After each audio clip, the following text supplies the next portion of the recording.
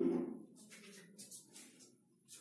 Morning student. हम discuss कर रहे हैं 10th क्लास मैथ्स को एक्सरसाइज 3.3 सेकंड क्वेश्चन तक कल मैंने आपको कंप्लीट करवाया है।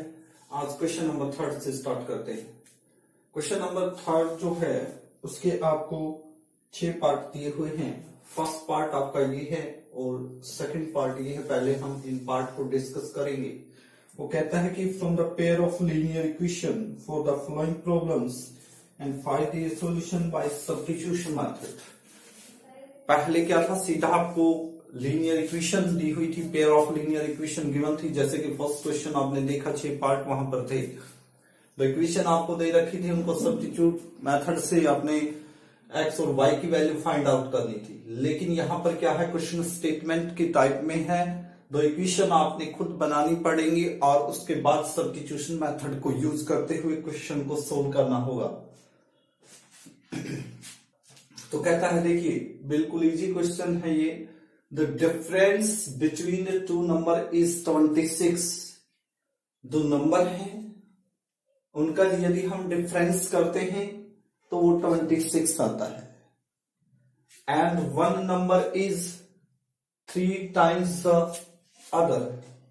एक नंबर दूसरे से क्या है, 3 टाइम्स ज्यादा है, 3 टाइम्स है एक दूसरे का। यदि मान के चलिए कि यदि एक नंबर 3 है तो दूसरा क्या उसका 3 टाइम्स इट मींस 9 है।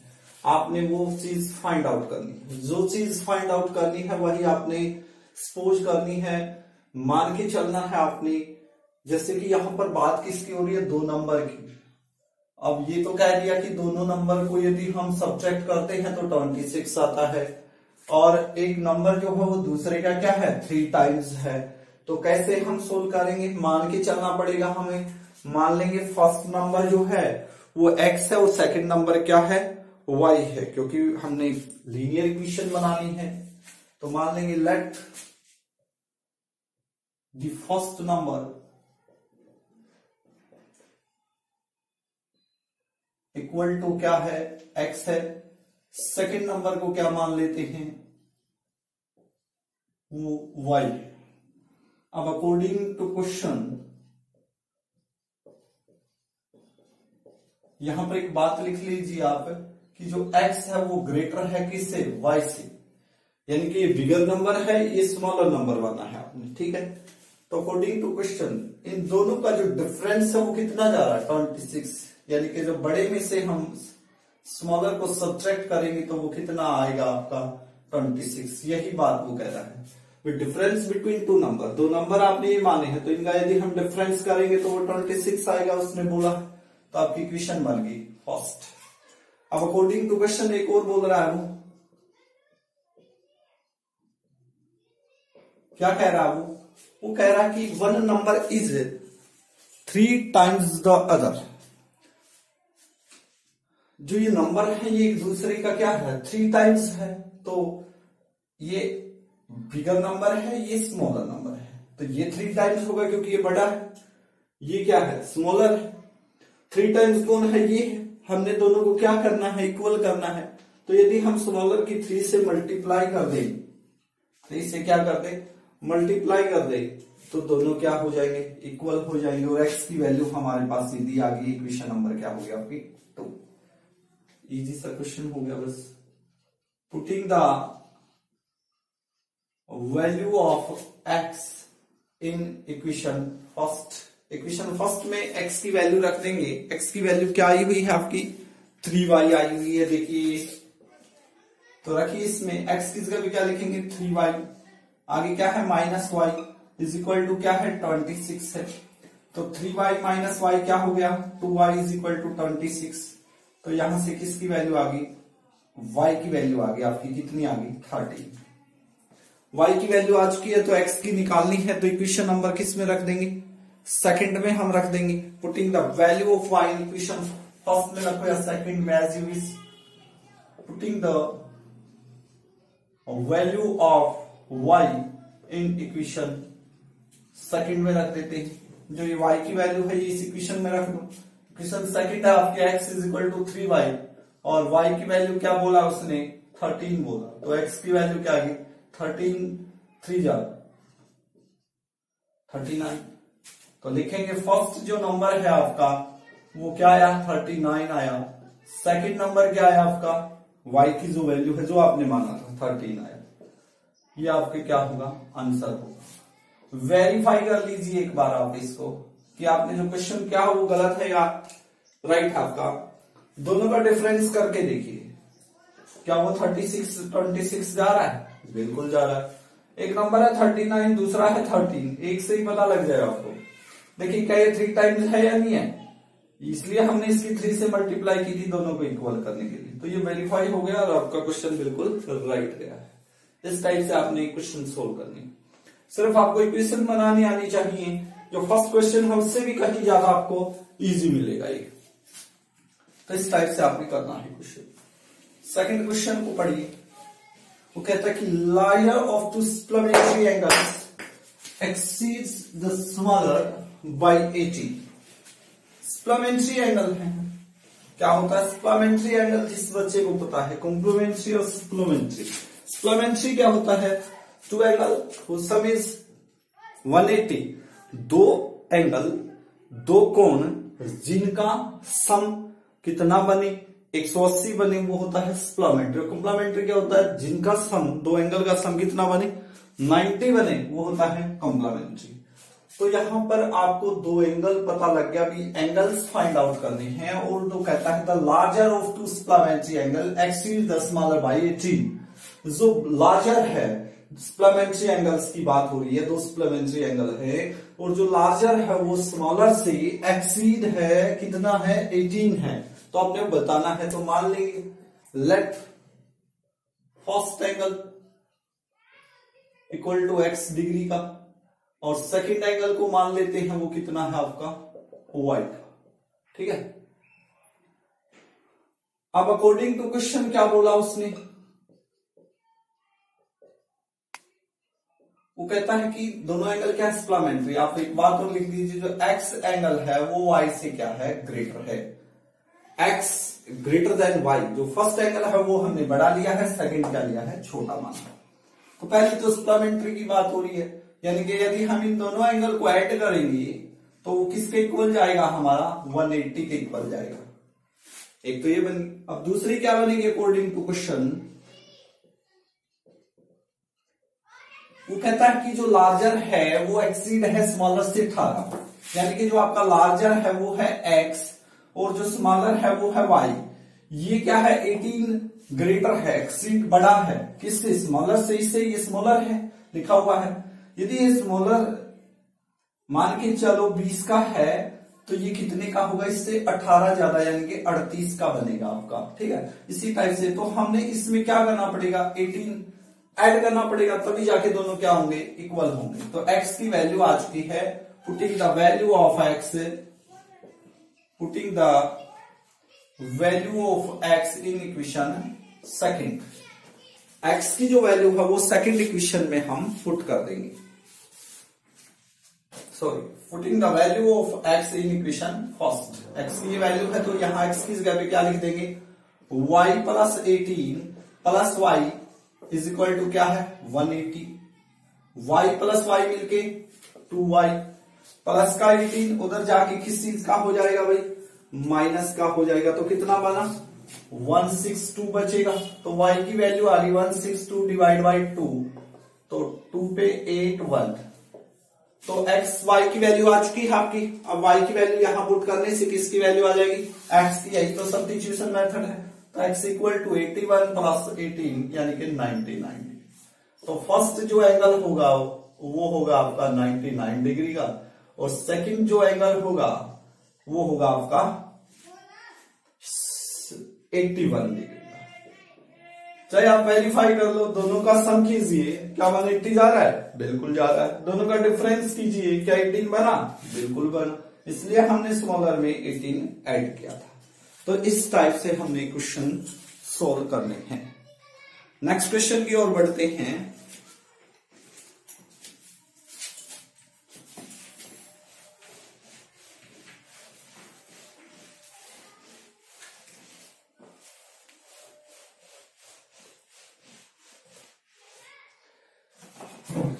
वो कहता है कि the coach of a cricket team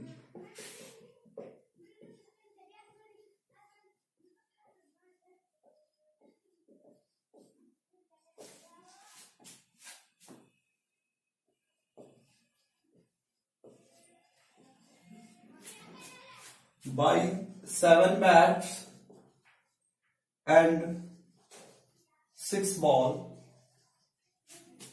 for rupees 3,800 letter. She buys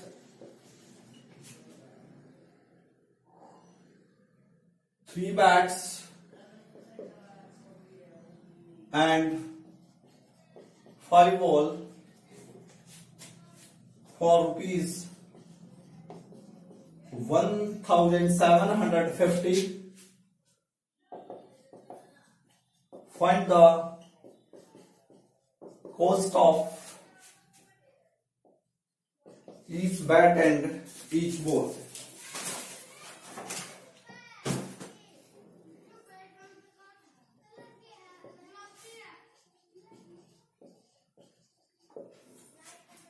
the coach of A cricket team का कोच है, वो बाई कर रहा है, खरीद रहा है 7 बैट और 6 बॉल। कितने रुपए की खरीद रहा है भाई? वो 3800 रुपए की। और इसी टाइप से इसके बाद क्या किया, लेटर सी बाइस, यानी कि वो लेडीज है क्रिकेट कोच, वो क्या कर रही है, 3 बैट्स और 5 बॉल को खरीद रही है। वो खरीद रही है 1750 रुपए की। तो आपने बताना है find the cost of each bat, each यानी कि प्रत्येक बैट, एक बैट की कॉस्ट बतानी है और ईच बॉल और एक बॉल की कॉस्ट बतानी है। जो चीज आपने फाइंड आउट करनी है वही आपने लेट करना है, ठीक है। तो मान लेंगे let the cost of 1 bat, एक बैट की कॉस्ट मान लेंगे क्या है, x रुपीज है, rupees x। Let the cost of 1 bat equal to rupees x। इसी टाइप से the cost of 1 ball, 1 ball की कॉस्ट को मान लेते हैं हम रुपीज y है, ठीक है। उसके बाद क्या हुआ कि आप पढ़िए क्वेश्चन को। अकॉर्डिंग टू क्वेश्चन,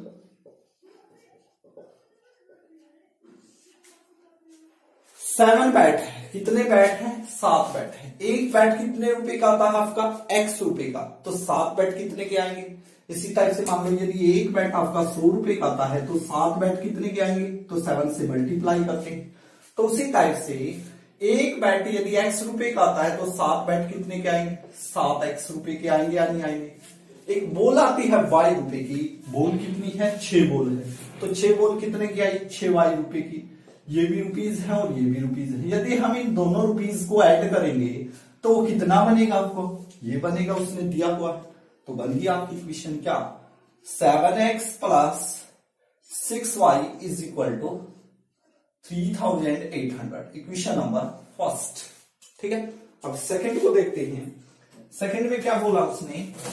वो कह रहा है कि लेट अस सी बाय 3 बैट। 1 बैट कितने रुपीज का? अकॉर्डिंग टू क्वेश्चन एक और बन जाएगी।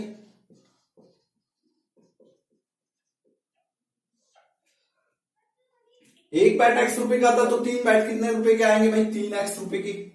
एक बॉल y रुपीज की आती है, 5 बॉल कितने की आएंगे? 5y की रुपीज की। यदि हम 3x रुपीज और 5y रुपीज को ऐड करते हैं तो वो कितना बना रहा है?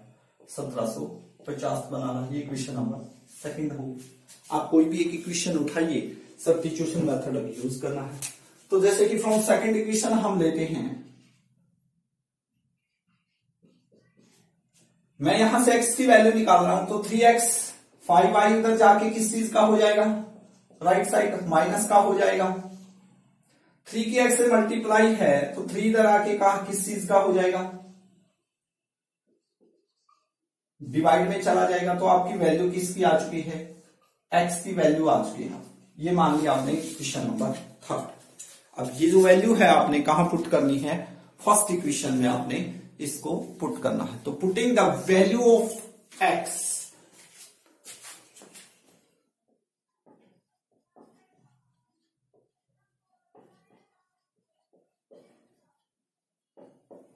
इन इक्वेशन फर्स्ट। देखिए फर्स्ट इक्वेशन है 7x plus 6y is equal to 3800। 7 के x से मल्टीप्लाई है तो x की जो वैल्यू है उसकी भी क्या हो जाएगी, 7 से मल्टीप्लाई हो जाएगी। तो x की जगह पे ये चीज हमने लिखनी पड़ेगी। डिवाइड में कितना है 3 है, प्लस में क्या हुआ 6y है इज इक्वल टू कितने हैं ये, ठीक है। तो मल्टीप्लाई करते हैं, 7 की इससे मल्टीप्लाई होगी, फिर इससे 7 की 0 से 0, 7 5 जा 35, 5 कैरी कितना 3, 7 की 7 से 49, 3 कितना हो गया 52, 5 7 जा 7 और 5 12, ठीक है। अब इसी टाइप से 7 की इससे करेंगे तो प्लस मल्टीप्लाई माइनस क्या होगी माइनस 35y, डिवाइड में कितना है 3 है, आगे प्लस का 6y, इसके डिवाइड में कुछ नहीं है तो ये 1 डाल देना है। ध्यान रखिए ये अलग चीज है और ये अलग है, प्लस का साइन है बीच में, ये नहीं कि आप इसी में ऐड कर दोगे यहां पर इक्वल टू दिस, ठीक है। तो एलसीएम लेंगे इनका, एलसीएम क्या आ गया 3, तो ये ऐसे कैसे रहेगा ये वाला, तो क्योंकि इसके डिवाइड में 3 है तो ये ऐसे कैसे, प्लस में 1 पे 3, 3 के 6 से 18y इज इक्वल टू क्या आ गया 3800 आ गया आपका। अब देखिए क्रॉस मल्टीप्लाई करते हैं, यहां पर माइनस के 35y है और प्लस के 18y है, तो माइनस के ज्यादा है या प्लस के, आपको देखेंगे माइनस के ज्यादा, कितने ज्यादा है 17 ज्यादा है, तो माइनस का 17y और 3 से क्रॉस मल्टीप्लाई करोगे तो 3 से उसकी क्या हो जाएगी 3800 से 3 की मल्टीप्लाई होगी 0 0 4 11, ठीक है। तो ये आ गया, तो हमने y की वैल्यू निकालनी है तो minus 17y is equal to 11400 और ये वाली चीज इधर आके किस चीज की हो जाएगी माइनस की हो जाएगी आपकी। तो हम इसको अब करते हैं सब्ट्रैक्ट, तो कितना बनेगा minus 17y is equal to minus 850 बचेगा आपका। जब सब्ट्रैक्ट करोगे माइनस के ज्यादा है, माइनस से माइनस क्या होगी आपकी कैंसल होगी है, तो अब क्या आ गया आपका, यानी कि 17y इज इक्वल टू आ गया 850, तो y की वैल्यू निकाल दो 850 डिवाइड बाई 17 5 जा, तो आपकी y की वैल्यू आ गई, ठीक है। y की वैल्यू क्या आ गई आपकी 50, 17 5 85 होता है और 0 की 0, तो y की वैल्यू, y क्या माना था आपने, y को माना था आपने कोस्ट ऑफ 1 बॉल, तो अभी putting the value of y in equation third में पुट कर देंगे, जैसे इसमें पुट कर देंगे वहां पे नीचे आगे करना है आपने। तो x की वैल्यू क्या होगी आपकी 1750 माइनस 5 गुना में कितना है y की वैल्यू 50 आई है, डिवाइड में कितना है 3 है, तो 1750 माइनस 250 डिवाइड बाई 3 होगा, तो x की वैल्यू कितनी आ गई आपकी, सब्ट्रैक्ट करोगे तो 1500 बचेगा, डिवाइड में 3 तो कितना आ गया 500। तो x की वैल्यू क्या आ चुकी है आपकी 500 और y की वैल्यू क्या आ चुकी है आपकी 50, ठीक है। तो यही बात वो बोल रहा था। तो कॉस्ट ऑफ 1 बैट क्या आ गया आपका ₹500 और cost of 1 ball equal to ₹50, ठीक है। आप वेरीफाई कर सकते हो, देखिए 7 बैट और 6 बॉल की कॉस्ट कितनी होनी चाहिए आपकी, वो होनी चाहिए आपकी 3800। देख लो एक बार, चलते चलते आप कर लेना भाई, एक बैट यदि 500 रुपए का आता है तो 7 बैट कितने के आएंगे भाई 3500 के आएंगे या नहीं आएंगे। एक बॉल 50 की आती है तो 6 बॉल 300 की आ जाएगी। क्या 3500 300 मिलकर 3800 बना रहा है, बिल्कुल बना रहा है। तो इसका मतलब हमारा क्वेश्चन क्या है, बिल्कुल राइट है। तो इस टाइप से हमने क्वेश्चन सोल्व करने हैं। आशा करता हूं कि आपको क्वेश्चन अच्छे से समझ में आ गया है। आज मैंने आपको थर्ड क्वेश्चन के 3 पार्ट करवाए हैं, कल हम इस एक्सरसाइज को फिनिश करेंगे। Thank you very much.